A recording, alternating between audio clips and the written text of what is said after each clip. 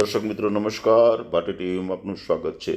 મોરબી તાલુકાના ઘોટુ ગામ પાછળ પડતર જગ્યામાં આરોપીઓએ ઇકો કારમાં છુપાવેલ ઇંગ્લિશ દારૂનો જથ્થો અલગ અલગ બ્રાન્ડની બોટલો નંગ 237 કિંમત રૂપિયા 2,60,700 તથા ઇકો કાર મળી કુલ 7,60,700નો મુદ્દામાલ પકડી પાડતી એલસીબી મોરબીએ કામગીરી કરી છે, જેમાં મોઇન મોહમ્મદભાઈ જામ રહે મોરબીવાળો તથા તેની સાથે એક ઇસમ તથા તપાસમાં ખુલે તે આરોપીઓ પકડવાના બાકી છે।